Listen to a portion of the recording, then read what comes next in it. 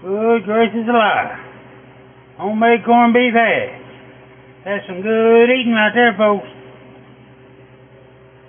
All I can say is, ooh-wee. If you ain't had none, you're gonna want some. Good gracious, that's good.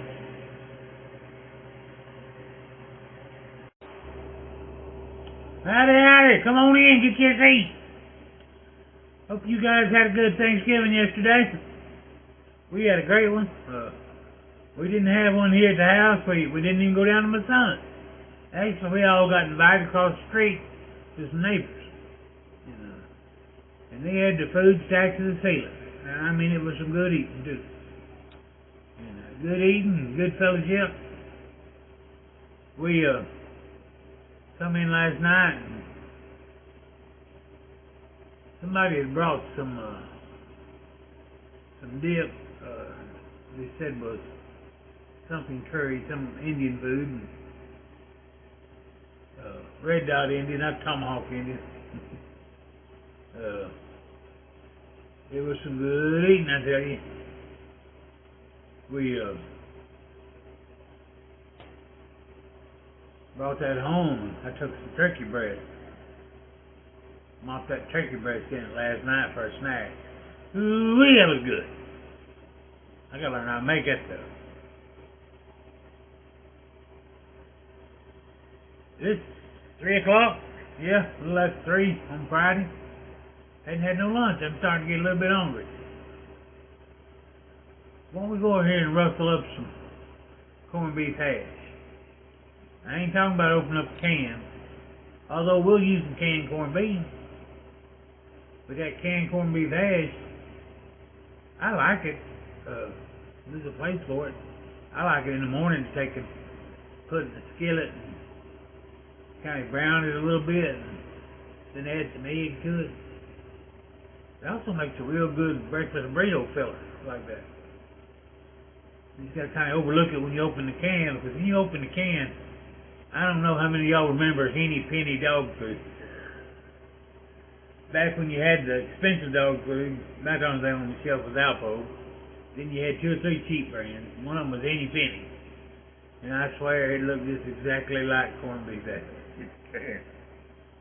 I'm sorry, I don't want to burn corned beef hash in a can for anybody because I enjoy it sometimes. But it does look just like Henny Penny dog food. Any of y'all that remember that Henny Penny dog food.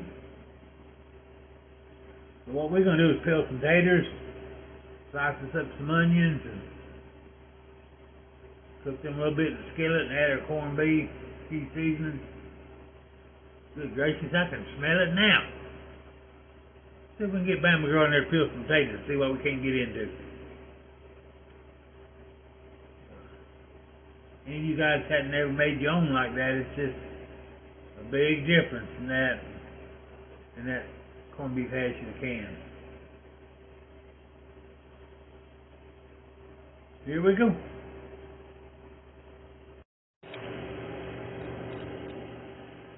Maybe that'll be enough taters. We got 4 or 5 small ones and about 3 medium ones. We'll just have to make do with what we got on. Well, Bama Girl got them taters peeled. She had to run up the street for a minute.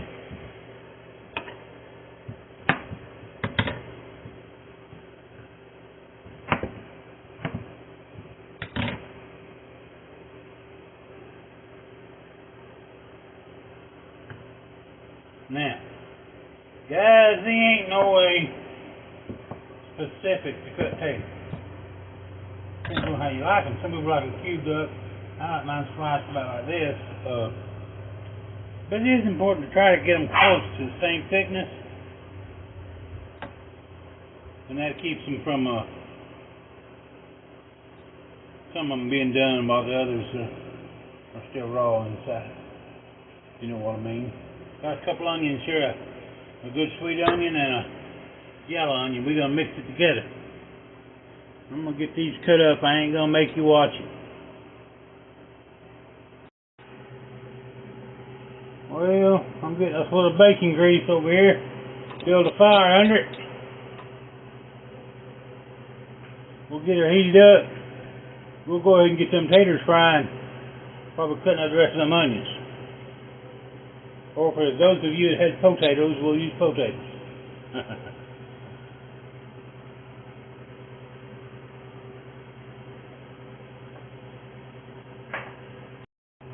Alright, I believe that grease is about hot enough. Put some taters in it.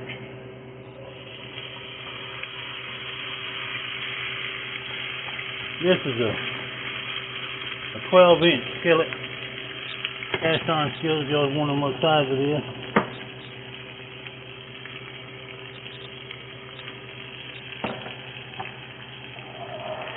Salt.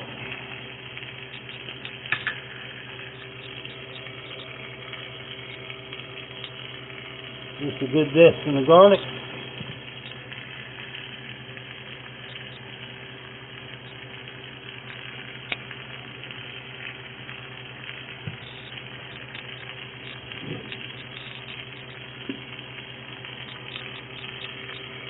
And a bait of black pepper.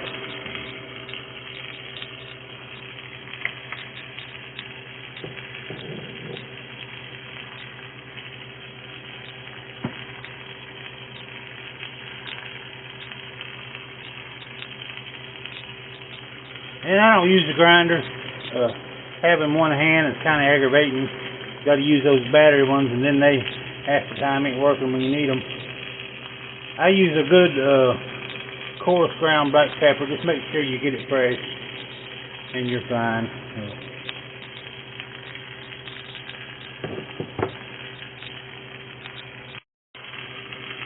We're gonna let these cook a while here on medium. While we go over here and get these onions ready. I hope it ain't too noisy in here today, guys. That freeze dryer is going. Not that the freeze dryer is really that bad. It's just that it's small in here. I'll also have to excuse me chasing this cutting board around when I'm doing this. You know, remember, I ain't got another hand to hold it with.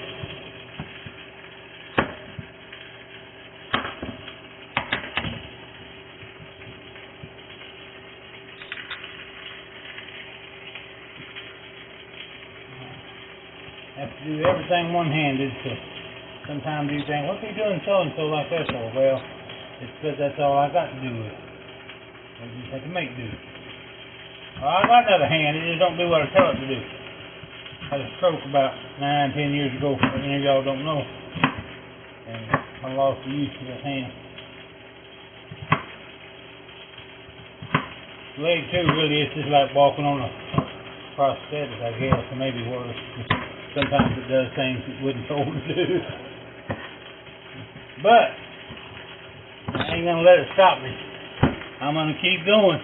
I ain't gonna make y'all watch me do all this. Alrighty, that's all of them. That was more or less one large, one medium. You can add to it, take a little away, depending on how much you like onions, but for the potatoes and the corned beef, the onions is really good in there. Go over and check on them potatoes. Well, I'm starting to smell them potatoes a little bit. Oh yeah, look at that. That's why they're getting that pretty brown crust on one side. That's what I like.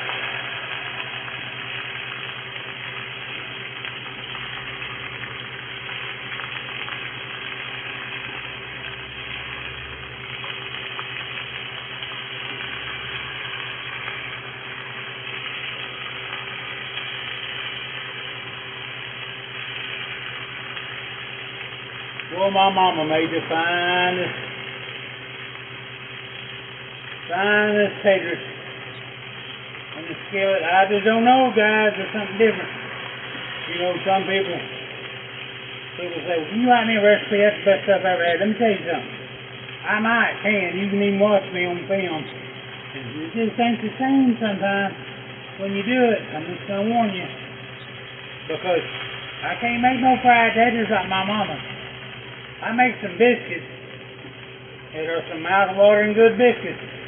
And people just love them and want me to make them for them. But let me tell you something. They ain't like my mama's biscuits was 40 years ago. These are different.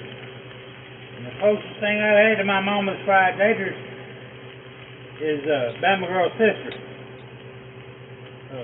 Tammy. I stayed with her a few days in Alabama, her and her husband. And she made some pretty dang close to mama fried taters and onions, I'm telling you. It was some good eating.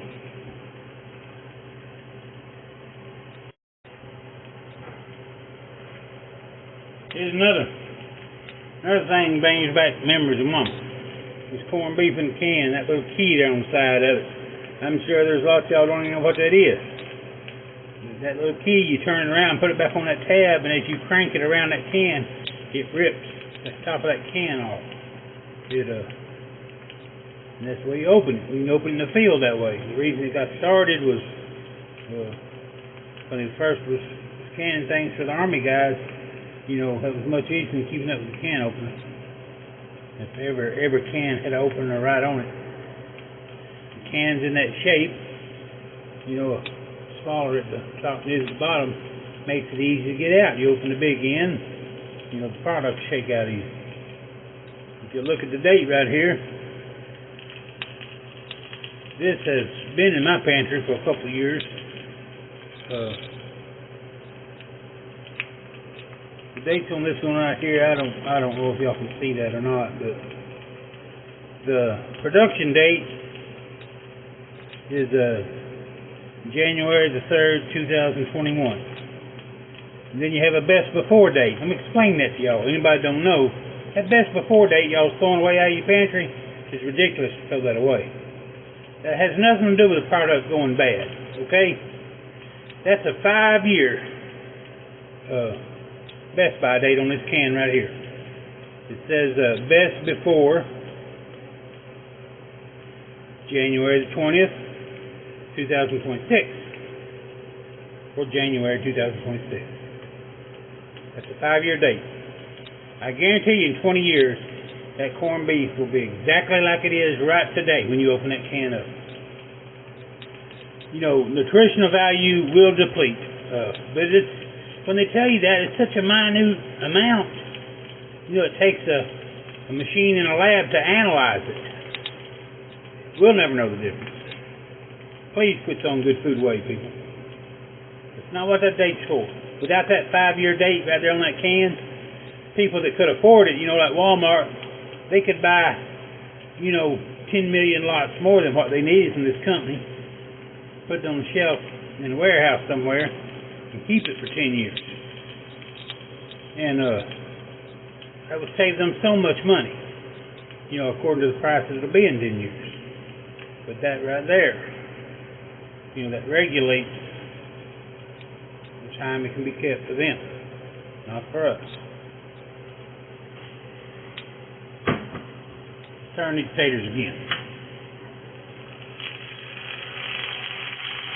Ooh-wee, I think I'm about ready to take off the skillet. Get them onions going. What do y'all think? This baby's alive and looking good. No, they ain't burning. That's why I want them. I love that crisp on them fried taters. That's what makes them good.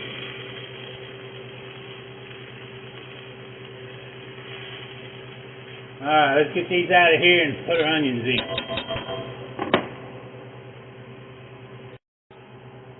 Alrighty. Put them onions in there.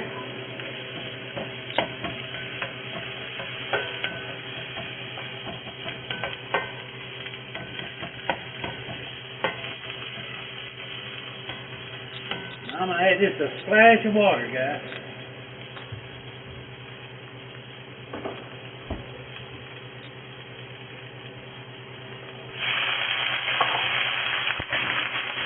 Just steam them onions and soften them up just a tad. We're going to cook them for a while and we'll add the taters and the meat back to it.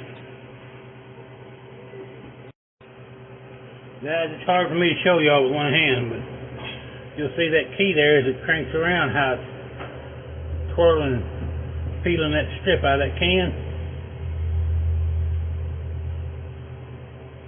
That's how all the cans was back then. You know, in the beginning of when they first canned stuff, that's what they actually came up with.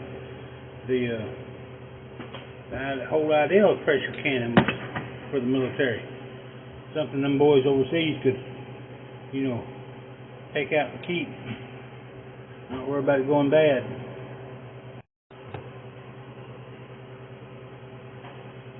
See there, how it just peels the strip out of that can all the way around to the top, come on. It's actually the bottom of the can.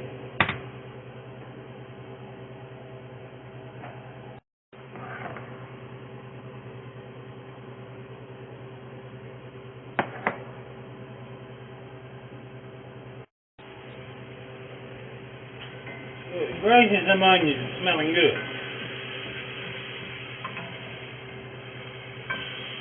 Especially that sweet onion. Frying that sweet onion puts out such a good aroma.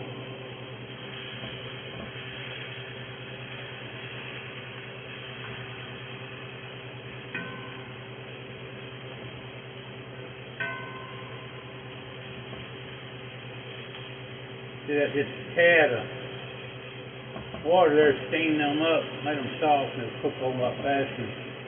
They won't be offensive in your stuff ever when you bite into it, you know, they'll be smooth. I'm looking just right now, guys.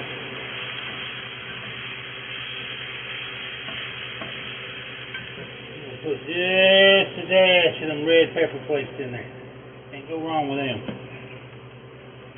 We won't put too much, but it'll be too much for Bama girl.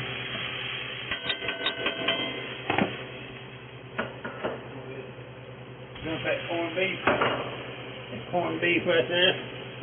And some onions.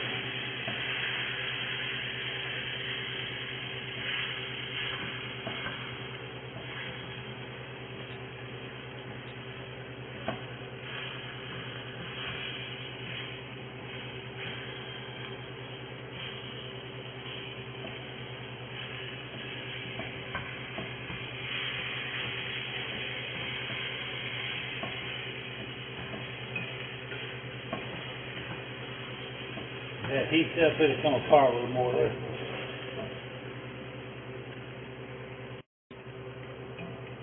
I used to pull the onions out of the skillet along with the potatoes and brown the corned beef a little bit by itself first, but I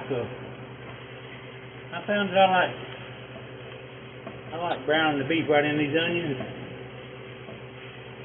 Ramps up that flavor a little bit there on that corned beef.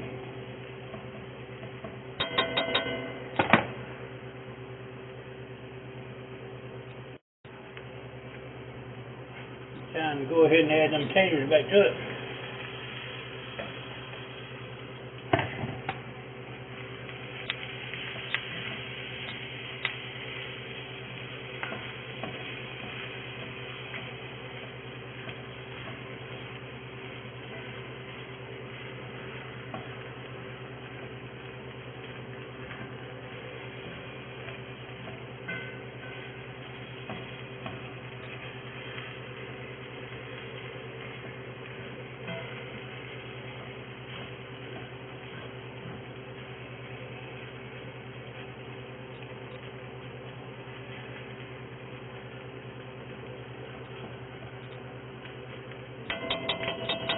Wee! That's just ready to chew on, people.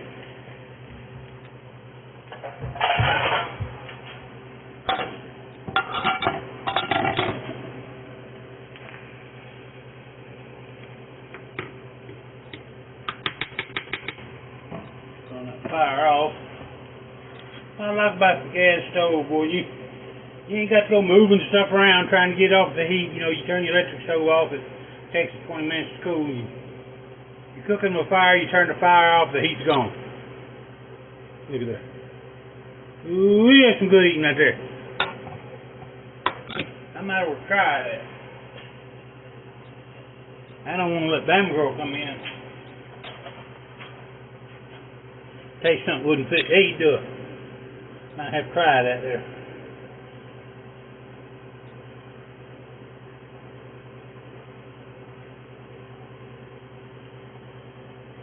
Good gracious.